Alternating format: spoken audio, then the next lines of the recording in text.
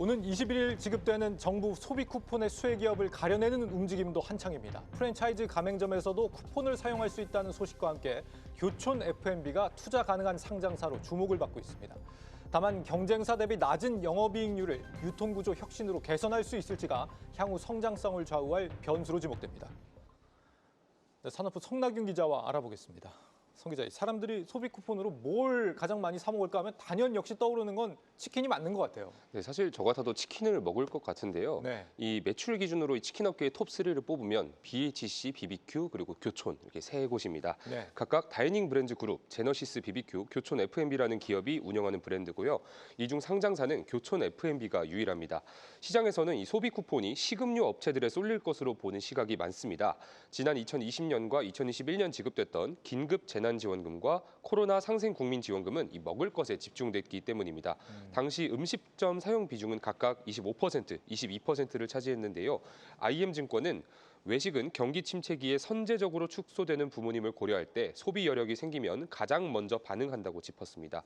특히 이번 소비 쿠폰은 프랜차이즈 직영이 아닌 가맹점에서만 사용 가능한데요. 네. 교촌은 이태원에 위치한 스토어 한 곳을 제외하면 전국 모든 매장이 100% 가맹점으로 운영 중인 만큼 정책 수혜가 가능하다는 평가입니다. 여기에 복날 등 계절적 성수기도 겹쳤고요. 이런 기대감 때문인지 교촌 F&B의 최근 주가는 한 달 전 대비 13% 가까이 올랐습니다. 근데 이 소비 쿠폰 수혜라는 건 사실 뭐 단기 일회적인 이 수혜성, 테마성 이슈 이 정도로 좀 생각해 볼 수 있을 것 같고 결국에는 기업의 실적이 좋아야 될 거 아닙니까? 그 교촌 F&B 좋은 기업인가요?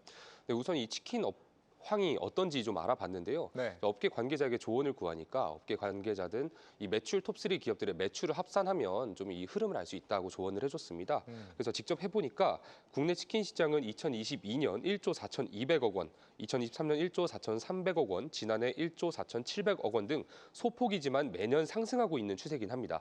하지만 교촌은 이런 상황에서 덩치가 오히려 쪼그라들었는데요. 네. 국내 매장 수가 2023년 1,378개에서 2024년 1,362개로 코스피에 상장한 이후 처음으로 감소했습니다. 올해는 3개 지점이 문을 추가로 더 닫았고요. KB증권은 특수점포를 제외한 국내 매장이 이미 1,359개에 달해 추가 출점이 제한적으로 보인다고 분석했습니다. 교촌은 해외에서도 발을 넓히지 못하고 있는 상황입니다. 교촌의 해외 매장 수 또한 2023년 74개, 지난해 84개로 조금씩 늘다가 올해 들어서 83개로 오히려 감소했습니다. 현재 글로벌 시장에서 700여 개의 매장을 운영 중인 업계 2위 BBQ와 차이가 크다고 볼 수 있는데요.